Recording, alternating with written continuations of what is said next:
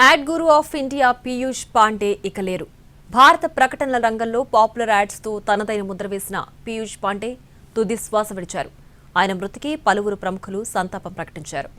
భారత యాడ్ గురువుగా పేరు పొందిన పీయూష్ పాండే తుది శ్వాస విడిచారు. కొన్నాళ్లుగా అనారోగ్యంతో బాధపడుతున్న ఆయన శుక్రవారం ఉదయం కన్నుమూశారు. పాండే మృతిని ప్రముఖ ప్రకటనల సంస్థ ఓగిల్వీ సోషల్ మీడియా వేదికగా వెల్లడించింది. ఈ కంపెనీలో chief creative officer, executive chairman గా పాండే విధులు నిర్వహించారు.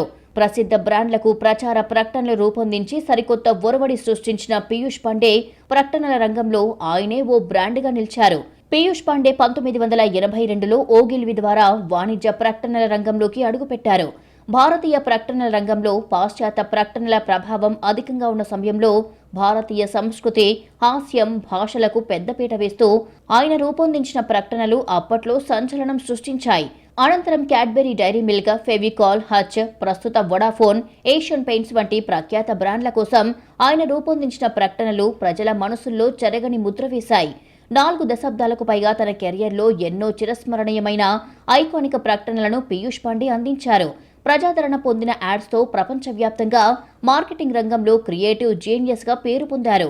ఆయన సృష్టించిన ప్రతి ప్రకటన భారతీయ జనజీవనంలో భాగమైపోయింది. సామాన్యుడి భావోద్వేగాలను పట్టుకుని వాటిని అద్భుతమైన కథలుగా మలచడంలో ఆయనది అందవేసిన చెయ్యి. వాణిజ్య ప్రకటనలకే పరిమితం కాకుండా రాజకీయ రంగంలోనూ ఆయన తనదైన ముద్ర వేశారు.